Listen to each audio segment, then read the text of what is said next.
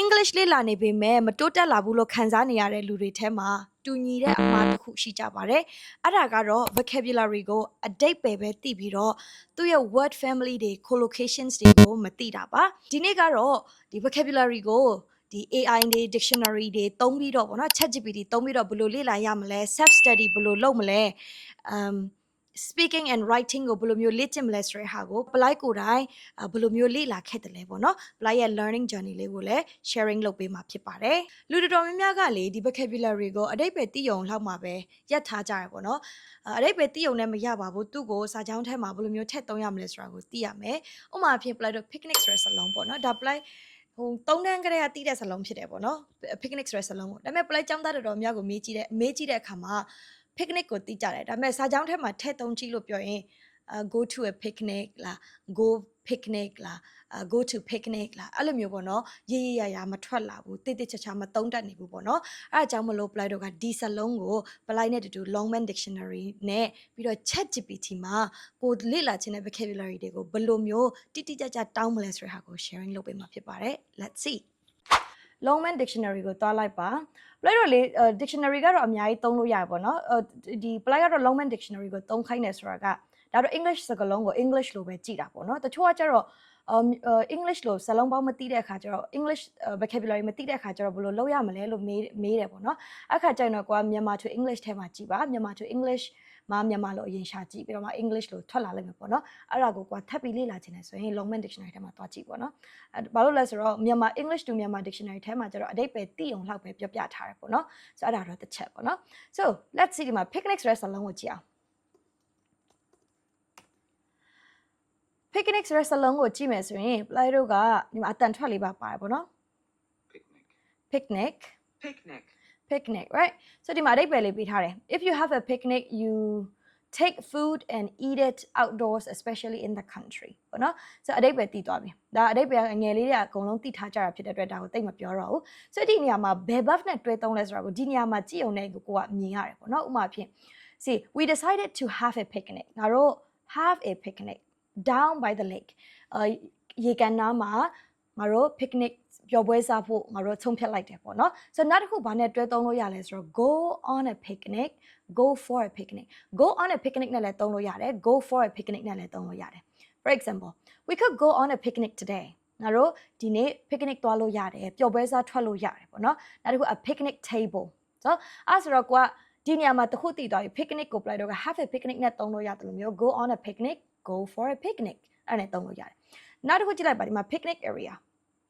မနော် picnic sites picnic spot picnic place so ဒီဟာကျတော့ဘာလဲဆိုတော့ a place that is suitable for pleasant for a picnic picnic လုပ်ဖို့အတွက်တင့်တော်တဲ့နေရာပေါ့နော်တင့်တော်တဲ့နေရာကို play တော့က picnic sites picnic spot picnic place လို့ပြောလို့ရတယ် right so ဒီနေရာမှာနောက်တစ်ခါ picnic basket basket ဆိုတာက play တော့ဟို picnic ထွက်ကြရင်ချင်းတောင်းလေးနေပေါ့နော်အစားအသောက်လေးတွေအသီးလေးတွေထည့်သွားတယ်ပေါ့နော်အဲ့ဒါမျိုးကို picnic basket picnic hamper လို့ခေါ်တယ် so အဲ့ဆိုရင်ဒီနေရာမှာ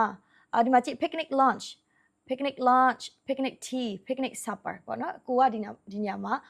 နေ့လည်စာဆို picnic lunch ပျော်ပွဲစားထွက်တဲ့အခါမှာစားတဲ့နေ့လည်စာပေါ့နော် so let's see collocation တွေပါလဲဆိုတာအောက်မှာကြည့်အောင်မှာ collocations အများကြီးထည့်ပေးထားတယ် right so collocation မှာ picnic က noun ဖြစ်တယ်ပေါ့နော် noun ဖြစ်တဲ့အတွက်သူ have နဲ့သုံးပေးထားတယ် have a picnic go on a picnic go for a picnic so it's fine we'll go for a picnic so picnic ကို noun နဲ့တွဲပြီးသုံးထားတယ် a picnic area picnic sites ပေါ့နော် picnic လို့ကောင်းတဲ့နေရာပေါ့နော်ဥပမာဖြင့် hey I know a great picnic spot shall we go there ငါတို့အဲ့ဒီကိုသွားကြမလားအဲ့လိုမျိုးပေါ့နော် so အဲ့ဆိုရင်အဲ့လိုမျိုးလေ့လာပါ okay ChatGPT နဲ့ဘယ်လိုလေ့လာရမလဲပြမယ်နော် ChatGPT ကလေဘလိုက်မေးပြမယ်သူ့ကို randomly မေးရင် randomly ပဲဖြေတယ်ပေါ့နော် ChatGPT ကဒါကိုသိလားဆိုရင်သိတယ်သူက generalist ဖြစ်တယ်သူက information အများကြီးရှိတယ်သူမှာ so ဒါကိုသိလားဆိုသိတယ်သူသိတဲ့ဟာလေးနည်းနည်းပါဖြေလိုက်မယ်ပေါ့နော်ဒါပေမဲ့ကိုကတိတိကျကျမေးချင်တယ်ဆိုရင်တိတိကျကျဖြေပါ for example ဒီမှာမေးပြမယ်နော် What is picnic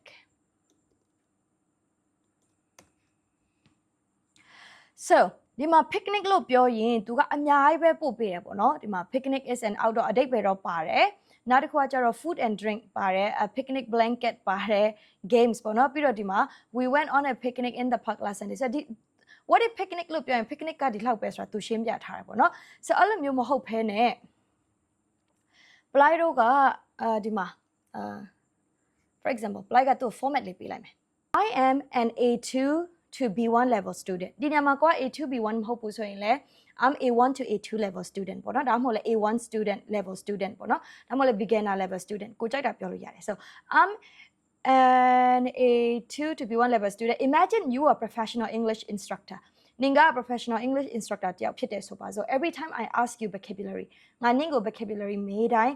I want you to give me the meaning ကိုပြောပါ the word family ကိုရှင်းပြပါ useful collocations ကိုပြောပြပါပေါ့နော် up to 10 10ခုပဲတောင်းထားတယ် play က up to 10လို့မပြောရင်တော့အလုံး20လောက်လဲပို့ချင်ပို့ပေးရပေါ့နော် and some examples up to 5 example sentence လဲ5ချောင်းပို့ပေးတယ်တခါကျ example sentence တွေအများကြီးပို့တဲ့ခါကျရင်လဲကိုကအလောက်ထိအများကြီးမလေ့လာချင်ဘူးပေါ့နော် so and finally add the definition of the vocabulary in Cambridge dictionary ဥပမာဖြင့် Longman dictionary ပေါ့နော်ကိုရဲ့ Longman dictionary က vocabulary လေးကိုပါထည့်ပေးပါဆိုပြီးတော့သူကိုပြောထားတယ်ပေါ့နော်ဒီနေရာမှာဥပမာဖြင့် idiom ကတောင်းချင်တယ်ပေါ့နော် for example idiom ကတောင်းချင်တယ်ဆို useful collocation up to 10ပြီးတော့ a few idioms ကတော့ရှင်းပေးလိုက်မှာမရှိမပေးဘူးပေါ့နော် and some examples up to 5 so let's see ရှာကြည့်အောင်နော်ဒီ format လေးသုံးပြီးတော့ပို့ကြည့်အောင်စဒီမှာတော့ဒါသူ format ကိုရှင်းပြထားတာပေါ့နော်ဒီ format ဆိုရင်ဒီလိုပုံစံပို့ပေးမယ်ဆိုပြီးတော့သူကပြောပြထားတယ်အဲ့ဆို picnic ကိုသူကပြန်ရှင်းပြထားတယ်ဒီမှာကြည့် picnic ဆိုတာက picnic is a meal that you eat outdoors meaning ကိုသူရှင်းပြထားတယ်ပြီးတော့ word family မှာ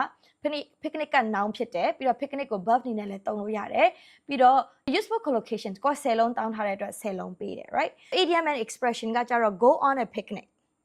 go on a picnic ပြောလို့ရတယ်เนาะ spend time outdoors eating together picnic area ပေါ့နော်ဒါလေးတွေ so there are no common English idioms that use picnic so ဒီမှာတော့ picnic ကို directly သုံးထားတဲ့ idiom တော့တိတ်မရှိပါဘူးတဲ့ရှိတဲ့စာလုံးတွေဆိုရင်တော့သူပေးလိုက်မယ်ပေါ့နော်ဒီမှာမရှိတဲ့အတွက်ကြောင့်မလို့သူကမရှိဘူးဆိုတဲ့ဟာပြပြထားတယ်So example sentence မှာဆိုရင်လည်း we had a picnic in the park yesterday. They pack a picnic for the beach. So my family goes on a picnic every spring. So ဒီမှာ example ပါပေးထားရပေါ့နော်ပြီးတော့ Longman dictionary က meaning ပါပေးထားတယ် see အဲ့ဆိုရင်ကိုကနောက်တစ်လုံးရှာကြည့်လိုက်နောက်တစ်လုံးရှာကြည့်ရင်လည်းအဲ့ဒီ format အတိုင်းကိုသူကပေးလိုက်မယ်ကိုယ့်ကိုစမ်းကြည့်ပါနော် okay အဲ့ဒါပြီးပြီဆိုရင် apply ကဒီမှာ pack a picnic ဆိုတဲ့ဟာပေါ့နော် pack a picnic ကိုဒီမှာ ChatGPT ကနေတင်လိုက်ပြီတင်လိုက်ပြီဆိုရင်နောက်ထပ်ဘယ်နေရာမှာလေ့လာလို့ရသေးလဲဆိုတော့ apply တော့ဒီ play phrase me ဆိုတဲ့ဟာပေါ့နော်အဲ့ဒီ website ထဲကိုသွားပါအဲ့ဒီ website ကတကယ်ကောင်းတယ်ပေါ့နော်သူကဇက်ကားထဲမှာပါတဲ့စာကြောင်းတွေကိုပြန်ပြီးတော့သုံးပေးထားပေါ့နော်စာကြောင်းတွေကိုစုပေးထားပေါ့ဥပမာဖြင့် let's say pack a picnic see I'll pack a picnic You say we pack a picnic tomorrow what do you say we pack a picnic tomorrow morning အဲ့ဒီမှာတိကျပြပြထားတယ် morning hike up to Old Man Arecibo going to pack a picnic in the park with Finn tonight We could pack a picnic and spend the day. Okay so ဒီဟာပဲမဟုတ်ဘူးเนาะတခြားကိုကဘာလေးမှဘာလေးတစ်ခုရှာကြည့်ချင်လဲဆိုရင် for example a bottle of water ဆိုတဲ့ဟာကိုရှာကြည့်အောင် let's see The American was given a bottle of water with something in it. He put a cover over me and a bottle of water next to my arm and he sat outside till I fell asleep. can I get you a bottle of water What about the water cost you yesterday? okay so အဲ့ဒါဆိုရင်apply တော့က The American was ဒီမှာလဲဒီ website လဲသုံးတယ်ပေါ့နော်နောက်ထပ် website တစ်ခုရှိတယ် apply တော့ Youglish ဆိုတဲ့ဟာပေါ့နော်ဒါကတော့သူကဟိုခုနက play phrase me ကကြတော့သူကအဲ့ဒီစလုံးကို sentence ထဲမှာဘယ်လိုထည့်သုံးထားလဲ context ပါတခါတည်းပါတယ်ပေါ့နော်ဒါပေမဲ့ဒီ Youglish ကကြတော့ apply တော့ကအတန်ထွက်ပေါ့နော် how to pronounce အတန်ထွက်ကိုတွားကြည့်ချင်တယ်ဆိုရင်အဲ့မှာတွားကြည့်လို့ရတယ် let's see ဒီမှာကြည့်ပါ a bottle of water ကို US ကဘယ်လိုပြောလဲ A bottle of water? A bottle of water? Yeah. That's not. A bottle of water, right? So you can't blow then. Let's see. I can see, yeah, I've got over by my seat there a bottle of water. Right? A bottle of Looking at water, Australia, lots of you right? have bottles of water. Australia have blow chiles ready, If I have a bottle of water, next best thing. so အဲ့လိုမျိုးလေးလာကြည့်ပေါ့နော်ကို dictionary မှာကြည့်ပါကိုမသိတဲ့စာလုံးကို dictionary မှာကြည့်ပြီးရင် ChatGPT ကိုလည်းမေးလို့ရတယ် so တချို့ကကျတော့ ChatGPT ကိုအဲ့လို format ပေးထားပြီဆိုရင် dictionary မှာသွားမကြည့်လည်းရတယ်ပေါ့နော် ChatGPT ကိုတောင်းလို့ရတယ်အဲ့ဒီထဲမှာကိုဒီစာကြောင်းလေးကိုတုံးကြည့်ချင်တယ်ဆိုရင်သူများတွေဘယ်လိုတုံးလဲသိချင်တယ်ဆိုအဲ့ play phrase me ဆိုရဲ website ထဲမှာတွားပေါ့နော်ပြီးတော့အတန်ထွက်ကိုနားထောင်ချင်တယ်ဆိုရင်တကယ် real people တွေနားပြောတဲ့အတန်ထွက်ကိုနားထောင်ချင်တယ်ဆိုရင်ခုနပြောတဲ့ English ကိုတွားပေါ့နော်ဆိုတော့ဒါတွေကတော့အသုံးတဲ့တဲ့ဟာလေးပေါ့နော်တခြားအများကြီးလေ့လာလို့ရတဲ့နေရာတွေအများကြီးရှိတယ်ပေါ့နော် so အဲ့ဒါဆိုရင် vocabulary ဘယ်လိုလေ့လာရမလဲဆိုတဲ့ဟာကို idea တော်တော်ရသွားမယ်လို့ထင်တယ် ChatGPT ကိုကလေကိုက wisely သုံးပါပေါ့နော်ခေါင်းပြင်းရင်ပြေးသလောက်ခိုင်းလို့ရတယ်ပေါ့နော် ChatGPT က AI ကပေါ့နော်တခြား Gemini တို့လည်းသုံးလို့ရတယ်ပေါ့နော်Play ကတော့ ChatGPT ကိုသုံးရတယ်ပေါ့နော်နောက်တစ်ခုကကျတော့ speaking နဲ့ writing ကိုကျတော့ Play ဘယ်လိုလေ့လာခဲ့လဲဆိုတော့ speaking ကကျတော့ Play တို့တုန်းကကန်ကောင်းတယ်လို့ပြောရမလားပေါ့နော်အင်္ဂလိပ်စာသင်တန်းတက်နေတော့ကသင်တန်းမှာနိုင်ငံခြားသားတွေအများတန်းလာတဲ့ဟာကျတော့သူတို့နဲ့အများတန်းစကားပြောဖြစ်တယ်သူတို့ရဲ့ pronunciation ကိုအများတန်းကြားရတယ်သူတို့နဲ့တကယ်လက်တွေ့မှာအများတန်းပြောနေတဲ့အခါကျတော့သူတို့စီကဒီ daily expressions တွေဘယ်လိုသုံးလဲ idioms လေးတွေသူတို့ဘယ်လိုသုံးလဲ phrasal verb တွေကိုသူတို့ဘယ်လိုသုံးလဲဆိုတဲ့ idea တွေအများကြီးရခဲ့တယ်3-4နှစ်လောက်နိုင်ငံခြားသားနဲ့လက်ပွန်တတိပြောနေတဲ့အခါကျတော့ကိုယ့်ရဲ့skills ကတိုးတက်လာတယ်ပေါ့နော်သူတို့ရဲ့အတန်ထွက်တယ်လေကိုယ့်ပုံမှာ influence impact ရှိတယ်ပေါ့နော်အဲ့ဆိုတော့ကို့မှာစကားပြောမဲ့နိုင်ငံခြားသားမရှိနေဘူးဆိုရင်ရောကိုနေတဲ့နေရာကဒီ English speaking environment မဟုတ်နေဘူးဆိုရင်ရောကိစ္စမရှိပါဘူးနိုင်ငံခြားသားနဲ့ပြောမှရလို့မဟုတ်ဘူးအခါကျတော့ကိုကဘယ်လိုလုပ်လို့ရလဲဆိုတော့ talk to yourself ကိုဟာကိုစကားပြောပါကိုတွေးတဲ့အတွေးတွေ English လို့တွေးEnglish လို့တွေးဖို့တဲ့ dictionary မရှိခုနမြန်မာ dictionary ထဲမှာတွားရှာပေါ့နော်တွားရှာပြီးတော့ English dictionary ထဲမှာပြန်တွားလေ့လာ ChatGPT ကိုမေးခုနပြောသလိုလုပ်ပေါ့နော်နောက်တစ်ခုကကျတော့ဒီ speaking ကကိုယ့်ကိုစကားပြောပါ play ဆိုကိုယ့်ကိုအမြဲတမ်းစကားပြောတယ်ပေါ့နော်ဥပမာဖြင့် I woke up at 6 a.m. today this morning and now I'm making my breakfast I'm having breakfast I'm taking a bus it takes 30 minutes on the way အဲ့လိုမျိုးပေါ့နော်ကိုဘာပဲလုပ်လို့ English လို့တွေးကြည့် English လို့ပြောကြည့်ပါကိုကကိုပြောမယ်ဆိုလဲ English လို့ပြောကြည့်ပေါ့နော်လူများရှိမှတော့ပြောနေပေါ့နော်ကိုယူနေရတယ်တော့ so okay နောက်တစ်ခုကကျတော့ဒီ English ဇာတ်ကားကြည့်ပါ English ဇာတ်ကားကြည့်တာကလေအရန်ကောင်းတယ်နော်English ဇာတ်ကားကြည့်တယ်ဆိုရင်သူတို့သုံးတဲ့ vocabulary တွေသူတို့သုံးတဲ့ daily expression တွေအများတန်းကြားရတယ်ပြီးတော့သူတို့ရဲ့အတန်ထွက်ပြီးတော့သူတို့စကားပြောဟန်ဆိုဟန်တွေကကိုအတူယူလို့ရတယ်ပေါ့နော်အဲ့ဒီမှာကို shadowing ပါလုပ်လို့ရတယ်သူများပြောတဲ့ဟာကိုနားထောင်ပြီး pause လုပ်ပြီးလိုက်ပြောကြည့်အဲ့လိုမျိုးပေါ့နော်နောက်တစ်ခုကကျတော့စာဖတ်တယ်ဆိုရင်အတန်ထွက်ပြီးဖတ်ပါအတန်ထွက်ပြီးဖတ်တဲ့အခါကျတော့ကိုယ်အတန်ကိုပြန်ကြားရတယ်ပေါ့နော်ဆိုတော့ဒါက speaking ကိုလေ့လာလို့ရတဲ့နည်းတစ်နည်းပေါ့နော်ပလိုက်တို့လိုမျိုးဟိုနိုင်ငံခြားသားနဲ့အများတန်းစကားပြောနေမှအဲ့လိုမျိုးမဟုတ်ဘူးပေါ့နော်so နောက်ထပ် writing ပေါ့နော် writing ကလည်း play ကကျတော့English စာကိုထဲဝင်လောက်တဲ့အခါကျတော့ grammar တွေ writing တွေဆိုရင်တရက်ကိုတပုတ် essay တပုတ်ပေါ့နော်တလဆိုရင်ပုတ်30အဲ့လိုမျိုးရေးတာပေါ့နော် play ကသတင်းလည်းရေးဖူးတယ်ဝတ္ထုလည်းရေးဖူးတယ်ဆောင်းပါးလည်းရေးဖူးတယ်ဘာသာပြန်ဖူးတယ်ပေါ့နော်ဆိုအဲ့ဒါမျိုးတွေအကုန်လောက်တဲ့အခါကျတော့ writing ကလည်းအရင်တိုးတက်တယ်ပေါ့နော်ဒါပေမဲ့ play လိုမျိုးနေ့တိုင်းစာရေးနေရမှာလားဆိုတော့မဟုတ်ပါဘူး play တငယ်ချင်းဆိုရင်အဲ့လိုမျိုး play လိုမျိုး grammar တွေ writing တွေကိုလုံးစိတ်ပတ်စိတ်မလေ့လာဘူးเนาะသူဆိုဇက်ကားပဲအဓိကကြည့်တယ်ဆိုဇက်ကားကြည့်ခြင်းအပြင်ဒါပေမဲ့ကိုကြည့်ထားတဲ့ဟာတွေကိုလေ့လာထားတဲ့ဟာတွေကလေပြန်အသုံးချရတယ်ပေါ့နော်ကိုယ့်ကိုစကားပြောကြည့်ရတယ်တငယ်ချင်းနဲ့ပြောရတယ်အဲ့လိုမျိုးပြန်အသုံးချရတယ်ပေါ့နော်အသုံးချမှပဲကိုယ်ဖြည်းဖြည်းချင်းတိုးတက်လာတာဆို play တငယ်ချင်းဆိုရင်အဲ့လိုမျိုးပဲသူက English ဇာတ်ကားကြည့်ရင်းနဲ့ကိုသူ English skills ကအရင်တိုးတက်လာတာပေါ့နော်သူ vocabulary တွေပြီးတော့သူတို့စကားပြောဟန်ဆိုဟန်တွေသူ့ပေါ်မှာအရင်လွှမ်းမိုးမှုရှိတယ်ပေါ့နော်ဆိုဒါကတော့ English စာကိုလေ့လာလို့ရမယ့်နည်းလမ်းတွေပေါ့နော်ဥပမာ writing တွေလုပ်တယ်ဆိုရင်လည်းကို to do list တွေ journaling တွေလုပ်တဲ့အခါမှာ English လို့ရေးကြည့်ပါဒါကိုယ့်ဟာကိုတိုးတက်မဲ့နီလန်တစ်ခုပေါ့နော်ဆိုတော့နောက်ဆုံးအရေးကြီးတဲ့အချက်က pronunciation ကိုမှန်အောင်လုပ်ပါတော်တော်များကလေ pronunciation တဲ့ accent ပေါ့နော်ဥပမာဖြင့် British accent ဖြစ်နေမှာ American accent ဖြစ်နေမှာဘာ accent ညာ accent no problem အဓိကတော့ pronunciation ကောင်းဖို့လိုတယ်အတန်ထွက်ပေါ့နော်စာလုံးတစ်လုံးကအတန်ဘယ်လိုထွက်တယ်အဲ့ဒီအတန်ထွက်ကိုမှန်နေဖို့လိုတယ်ကောင်းနေဖို့လိုတယ်ပေါ့နော်ဒါဆိုရင် vocabulary ကိုဘယ်လိုလေ့လာရမလဲပြီးတော့အဲ့ဒီကိုလေ့လာထားတဲ့ vocabulary တွေကိုဘယ်လိုအသုံးချမလဲ speaking writing အကျဉ်းဖြင့်ဘယ်လိုလေ့ကျင့်မလဲဆိုတဲ့ဟာလေးသဘောပေါက်သွားမယ်လို့ထင်တယ်အဲ့ဒါဆိုရင်ကိုက English speaking တွေ writing တွေလေ့ကျင့်ချင်တယ်ဘာမှလေ့ကျင့်ရမလဲမသိဘူးဆိုရင် playlist မှာသင်တန်းလေးကိုဖွင့်ထားပါတယ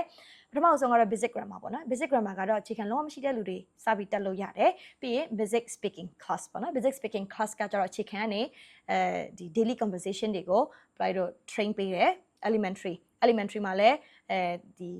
ကိုတီးတင်တဲ့ daily expressions တွေ collocations တွေတခြားတင်ပေးရပေါ့နော်ပြီးတော့ကိုယ့်ဟာကိုယ်ခုနလိုမျိုး self study ဘယ်လိုလုပ်မလဲဆိုတဲ့နည်းလမ်းတွေ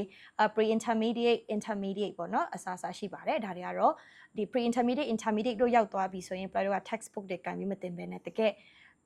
real talk ပေါ့နော်တကယ် real people တွေပြောတဲ့ real talk real conversation တွေမှာအသုံးချပြီးတော့